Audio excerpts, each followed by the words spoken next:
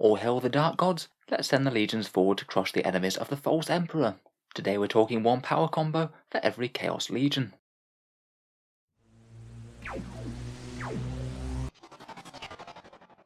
Hello and welcome back to Auspex Tactics, the strategy-focused 40k channel, where today we're talking Chaos Legions and a powerful trick in-game for every single one. The other week I made a video on one strong rules combo for every army in 40k. I'll link that one down in the video description below. And a few people asked me if I might be able to go over the Chaos Legions in a similar way, and I thought that could be an interesting idea for a video. I know in game at the moment the Chaos Space Marines aren't having the best time of it.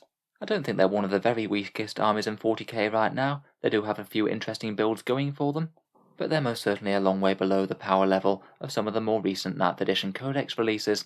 So what we'll do in this video is just to put together one fun rules combo for each Chaos Legion. And as always with these types of videos where we're talking about lots of different rules coming together, I'm sure I'll make some mistakes or miss some important stuff. Let me know if I get anything wrong. If there's any major errors or omissions, I'll try and post them below in a pinned comment. In any case, let's jump straight into it, and we'll start with the Iron Warriors. First up, I thought we'd talk about a Demon Engine battle line with the Iron Warriors. Maybe trying to get a bit more out of the very cheap Venom Crawlers. Now you get a relatively sturdy Spider Tank for only 120 points each. They're fairly tanky and offer a little bit of generalist shooting and melee threat just on their base stats, nothing massive to write home about, but they can get quite a lot of overlapping buffs with things like a Master of Possession and Lord Discordant. The Lord Discordant gives them a +1 to hit just innately, going up to hitting on 3s is really quite nice, and the Master of Possession can cast Infernal Power for reroll 1s to hit and wound. Then one of the characters can take that Demon Smith or a Warlord trait, which gives you exploding 6s to hit. Just between those 3 little buffs alone, you get well over double the damage that you'd expect from a standard Venom Crawler, shooting or fighting without those buffs. Then, maybe say when one Venom Crawler does reach combat and it's kind of crucial, you can pay 1 command points to activate their Demon Forge, and just flat reroll all hits and wounds for a turn. Really quite nice to flex into the additional damage when you need it. Toughness wise, they can be really quite tanky as well. A 4+ invul save on all of them with Cursed Earth from the Master of Possession. As they're Demon Engines, they heal a wound a turn anyway, and you can pay 1 command point for the Iron Warrior stratagem to heal another 3 wounds on top of that. Finally, if you're going for maximum nastiness and overlapping codexes, you can also add in an allied Herald of Slanesh, and that gives all the Venom Crawlers a +1 strength, and also the Locus of Swiftness for advance and charge. That means they can put on really quite a turn of speed when they need to, and should be pretty reliable at getting into close combat. Overall, I feel like it's quite a fun little assault formation, a nice annoying durable threat to push up the table while the rest of your army does its thing. Next up, there's lots of things that I could talk about with Death Guard, many of which I've already talked about on the channel, so I thought we'd go for the Death Guard Volkite Contemptor today, which as they go with a support character in tow, can be one of the more effective ways to run a Contemptor. This guy we're going a little bit luxury on, 2 twin Volkite Culverins and Cyclone Missiles, for 175 points worth of pretty brutal shooting platform. He'll be supported by the excellent value Tallyman with Tollkeeper. The Tallyman gives him +1 to hit, and Tollkeeper gives exploding 6s to hit as well, and maybe if possible you could try and be within a Lord or Demon Prince aura to reroll 1s to hit as well. You might not necessarily have the last bit all game long, but it should be achievable for the first turn or two. Maybe if you just really wanted to get the absolute most out of your vehicles, you could think about being in the Inexorable Plague Company, and then either have a forward-moving Lord of Contagion, or maybe a Flash Outbreak stratagem to give AP -1 to your Death Guard weapons when they're in Contagion range. Theoretically, between all these buffs, the Death Guard Contemptor becomes pretty much a kill-everything machine.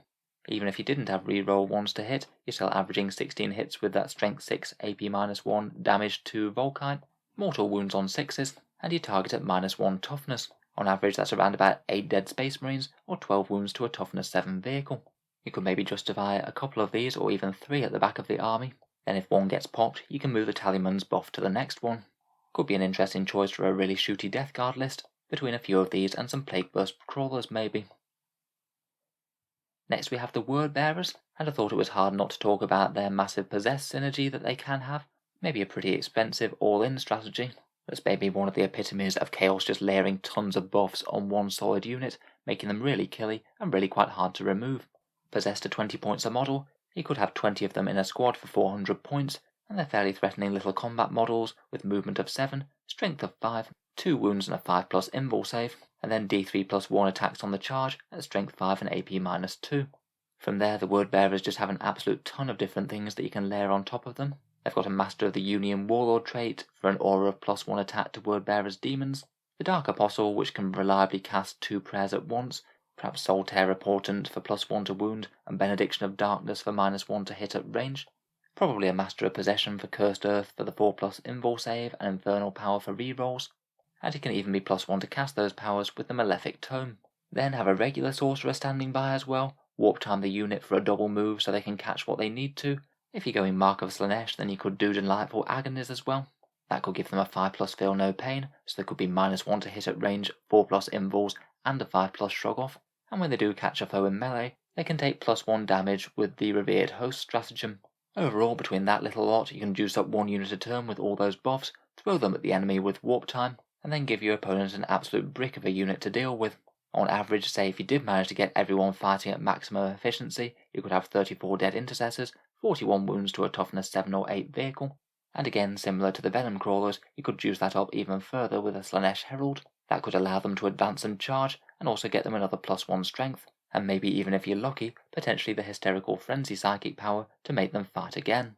Definitely a strategy that could either win big or fail hard, but must be an incredibly satisfying one to use when it all does come together. Next up, for the followers of the Hydra, we have the Alpha Legion Obliterators. Basically a big unit with enormous firepower that can shoot the enemy but frustratingly not be shot back. You could do this with 3 Obliterators for 315 points, though you could maybe try it with, say, a unit of Havocs or Noise Marines if you fancied it. It might depend a bit on what you're fighting and exactly what lines of sight you can get, but if the opponent does have things that are exposed on turn 1, you really can embrace the Alpha Strike really well with Alpha Legion. Redeploy a unit within your own deployment zone with the Warlord trait, and then also pre-game move that same unit with a stratagem. It means no matter where you put your Obliterators or Shooter unit, they should be able to get decently into the midfield and hopefully within the 24-inch gun range of something important. It perhaps makes it really easy to react to enemy deployment and get line of sight to the few units that are most exposed. Then you can fire up the usual Chaos Space Marine shooting combos, rerolls from Lords, perhaps Prescience from a Sorcerer, Veterans of the Long War for +1 to wound, and then shooting twice for 2 CP with Endless Cacophony. Between that little lot, you'll easily quadruple the damage output that you'd normally have, and should hopefully kill a fair amount of the enemy's army flat dead. Then ideally you have a cheap or tough chaff units in front of them, and use the 2 command points to conceal them in the enemy shooting phase, so they can't be shot back until they're the closest visible target. It just makes the shooting unit incredibly hard to deal with, as they can always fall back and shoot for 1 command point with an Alpha Legion stratagem, so even if they get tagged they can't even get locked up, and if they deep strike any crafty reserves nearby, you can intercept them for 2 command points and have your shooting unit just obliterate them off the table. Fairly high investment, but that's certainly going to be a unit that's going to give the opponent some thought about how they deal with it. Next up we come to the Black Legion, and perhaps one of the most interesting wombo combos is the Black Legion Chainlord, as the Black Legion gets access to one of the best fighty relics out of all of the Chaos Space Marine options in Goris Vex's Teeth, the relic chainsword that's Strength User, AP -3, Damage 2, an extra 2 attacks, and also mortal wounds on a 6+. You can then also combine that with a Flames of Spite Warlord trait, which also gives you mortal wounds on a 6+ as well. I did find it interesting how Goris Vex's Teeth hasn't been updated to the unmodified 6+ for mortal wounds, in the same way that many other things that do mortal wounds on 6s function in 9th. It means that each roll of a 6+ will now generate you 2 mortal wounds, and you can use Veterans of the Long War to get that up to a 5+, and then if you combine that with an Exalted Champion, you can also reroll all failed wound rolls as well, and that'll give you a far better chance of getting those rolls of a 5+. If you maybe wanted to go for absolute maximal impact, you maybe could think about using a Sorcerer as well to support him. Diabolic Strength would get him all the way up to Strength 6, and an extra +1 attack doesn't hurt, and you could think about using Death Hex to remove any pesky invul saves from getting it in its way. That's a pretty nice 1-2 punch when the mortal wounds already ignore invuls, and then the rest of his attacks will as well. Overall, that would shake out at 8 attacks at Strength 6, AP -3 and Damage 2, rerolling his hit rolls for his own aura, +1 to wound with Veterans, double mortal wounds on 5s and 6s, and rerolling failed wounds as well with the Exalted Champion. It shakes out at around about 9 dead intercessors, or 18 wounds to a toughness 7 or 8 vehicle, and usually around about 6 to 8 mortal wounds in any round of combat. The main issue is probably delivering this guy into combat. He can be quite fast as he can take a jump pack, but unfortunately the Exalted Champion can't, so if you do want those all-important wound rerolls, then he's going to be a little bit on the slow side. Still, even if he's just being used as a bit of a countercharge threat, or one to push up the board into the midfield, this guy can do really quite a silly amount of damage. I don't think that the supporting sorcerer is really all that vital either, so it could be quite a cheap combo for a very cheap Chaos Lord and Champion. Moving on, we come to the Emperor's Children, and as we talked about their Lightning Claw Terminator combo in the previous video, I thought we'd talk about Noise Marines in this one. They seem to be quite an interesting one to include in a Dreadclaw drop pod. Now its wording was updated in the Forge World Compendium, and you could have some Noise Marines jumping out with 8 Sonic Blasters and 2 Blast Masters. The Sonic Blasters are Assault 3, Strength 5, AP 0, Damage 1, and the Blast Masters are Heavy D3, Strength 8, AP 3, Damage D3, and they both ignore any cover. Then with the Emperor's Children flavour, you've got 3 very interesting stratagems that you can play if you want to. Excruciating Frequencies for +1 strength and damage on all the weapons, 2 CP for the old favourite Endless Cacophony to shoots again, 1 command point for veterans of the Long War, and as normal you could combine that with the usual Chaos Space Marine buffs, such as Prescience on the Sorcerer or rerolls from a Chaos Lord. I quite like the way that you can just basically invest as much as you want depending on how much damage you want to do. Theoretically, if you do go in pretty command point heavy and spend 4 CP on the units shooting, that should be 11 dead intercessors or around 17 wounds to a toughness 7 vehicle. Though to be honest, I'd say ideal targets for these guys would typically be something with lower armor saves, as the guns don't really have all that much AP. It is quite nice that they get to be troops as well in the Emperor's Children detachment. Having a bit of OBSEC on the go is rarely a bad thing. For the Night Lords, I think they do have a fair few interesting options, though maybe ones that don't necessarily go together quite so well on one enormous unit. I'd say almost every list is likely to be including a meaty squad of Raptors or Warp Talons though, to drop in and get a very easy charge off on the enemy, as with jump back units you can get a big 3d6 charge into the enemy. 1 command point for that sort of reliable charge from reserve is very hard to pass up. For just north of 200 points you could have 15 Raptors or 10 Warp Talons, and maybe bound another couple of cheap Raptor squads up the board to act in concert with them, and genuinely force any enemy units that care about leadership to absolutely have a massive chance to fail. When you've dropped the big unit in, you might be able to use Rock Scream for a couple of command points on the enemy's most useful character, deny them some rerolls or other important auras, and there's a couple of ways that they can get a +1 to hit from various stratagems, either from charging from cover, or if they happen to be fighting an enemy with lower leadership than them, which is pretty likely if you're running Raptors, as they'll get a -1 leadership both from the Raptors and also from the Night Lord's trait. Hopefully if you can pull a bit of a coordinated charge off, it will be quite nice to chip a few casualties from the units nearby. Some enemy units might easily be down to a big -4 leadership, which is genuinely even going to make squads like Space Marines fail quite easily, provided you can chip away a casualty or 2.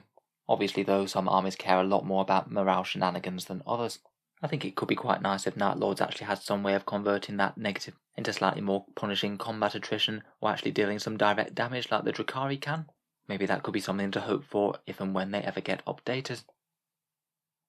For the World Eaters, I really couldn't resist talking about their Red Butchers Terminators. I just love the idea of a Terminator squad basically being turned into Khorne Berserkers for 2 command points at the start of the game, giving potentially an enormous squad the chance to have +1 strength on all their attacks, and also being able to fight again in the fight phase for free. Just for one way that you might be able to field them would be 10 Terminators with a Lightning Claw and Combi Bolter, really quite effective at range and in melee, and a pretty good value for what you get in the unit anyway. I'd maybe aim to drop them in the aura of a Violent Urgency Lord for +1 to charge, and with a command point reroll that goes up to around about a 2/3 chance of them making a 9-inch charge into combat. Please let me know if there's any better ways of making that a bit more reliable. It does seem a bit hit and miss, and I certainly might have missed something within the Chaos Codex. It might even make sense just to have them on the board and have a tricksy allied sorcerer to warp time them, I'm sure much to the disdain of the other World Eaters. In any case, once they're there, very few things for the same points cost hit with quite the same ferocity in 40k. With the +1 attack from World Eaters, they each have 5 attacks on the charge, at strength 5, AP -3 with Stoke the Nails for 1 command point, damage 1, re-rolling all wound rolls, and re-roll 1s to hit with that Lord. Just from a single brutal round of fighting, that should kill you around 15 dead Primaris Intercessors, or 20 wounds to a toughness 7 or 8 vehicle. I think it's quite fun how they just won't care at all about negative damage modifiers as well. They'll go through Dreadnoughts just as easily as any other vehicle, as they're only damage 1 to start with. Of course that's only 1 round of damage though. If the opponent somehow lives through that apocalyptic number of attacks, they might swing back and kill a few Terminators perhaps, but all the remaining ones will then get to fight all over again. Even if you wipe out your opponent on the first turn, that should be pretty handy for just consolidating into other units and generally gumming up the enemy battle line. These guys are just going to be hilariously brutal to use on the charge. Finally, the 9th Legion that we come to is appropriately the Thousand Suns. Well, this is maybe less of a combo than an observation, but I do quite like the way that they have arguably some of the best rhinos in the entire game right now. Just for factions in general in the game, rhinos are really quite cheap at 80 points, and they're pretty effective for what they do. Armies like Sisters of Battle and Death Guard can get very good use out of them, and they're just generally seen as a very reasonably costed delivery mechanism for getting some fairly threatening troops into battle. It is just pretty crazy just how much extra value the Thousand Suns get included on top of that. They're the most durable rhinos in the game, as they get a 5+ invul save, meaning that they have a very good chance of just shrugging off really high AP fire that would usually wreck most rhinos, and they also seem to be the most threatening rhinos in the game as well, as their combi bolters get to be upgraded to Inferno combi bolters for free. So if you pay an extra 5 points for the extra combi bolter, each one at 12 inches will be blazing away with a pretty hefty 8 shots at strength 4, AP -2 and damage 1. I think it's pretty funny that they're actually more effective in terms of bolter fire per point than the Rubric Marines that they'll be transporting. As they're so durable, I really don't think it's the worst investment to upgrade them with a little more firepower either. Maybe taking a Havoc launcher in addition to that, or even swapping out a few of those anti-infantry shots for something like a Combi Flamer or Combi Melter. If you went down the Havoc launcher route, then within 12 inches, your cheap and sturdy transports would be averaging 1 dead intercessor per turn, or 4 or 5 guardsmen or light infantry. If you are playing against an army with quite a lot of small infantry units running around, say Drakari or Sisters of Battle, then it's quite nice just to be able to delete a decent part of the squad just with one of these transports. In a pinch, it might even be worth using the 1 command point to make their AP better by -1 if they're next to some Thousand Suns infantry, or you could even flex and deal some mortal wounds in melee with their Warpflame Gargoyle stratagem, which could be a fun way to actually clear out a small amount of troops left on an objective or something. I feel like between the Rhino and the Rubric Marines that it's transporting, along with their attached Psyker, you really get quite a decent amount of value, both in terms of damage and survivability, and it seems like an excellent way to hold a Thousand Suns battle line. So that just about brings us to the end of our Chaos combos. Let me know what you think down in the comments below. Have you tried out any of these? Are there any ways that you could make them even better than I've described? And let me know any other fun ideas that you have in the comments below. Again, if I've made any errors, I'll try and post a pinned comment to catch anything too major. If you've enjoyed the video, then feel free to subscribe to Auspex Tactics, where I'll certainly keep the regular 40k videos coming, with new ones out just about every day. Finally, if you have been enjoying all the videos on the channel, I would just like to mention that Auspex Tactics does have a Patreon page, and you can find that links down in the video description below. Channel patrons do get a fair few advantages, seeing certain videos early, regular votes to see what sort of things happen next on the channel, and automatic entry into the regular prize giveaways with a chance to win some really big model kits each month. If any of that sounds good to you, or you'd just like to help support, then the link is down in the video description. In any case, a massive thank you for listening, and I'll hope to see you guys next time.